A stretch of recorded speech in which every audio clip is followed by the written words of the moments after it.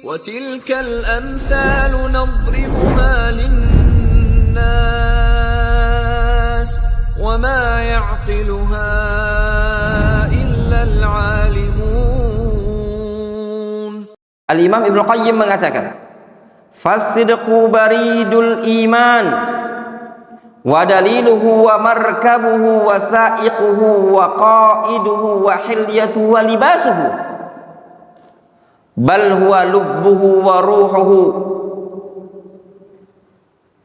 Kata Imam Ibnu Qayyim rahimahullah ta'ala, beliau mengatakan, as-sidqu baridul iman, kejujuran itu merupakan baridul iman, wasilah, perantara menuju keimanan, jembatan menuju keimanan, pengantar menuju keimanan.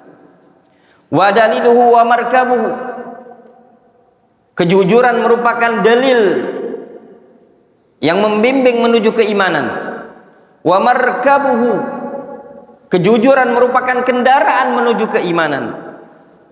Wa sa'iquhu wa qa'iduhu, kejujuran merupakan kemudi, pengendali, sopir, pemimpin bagi keimanan tersebut.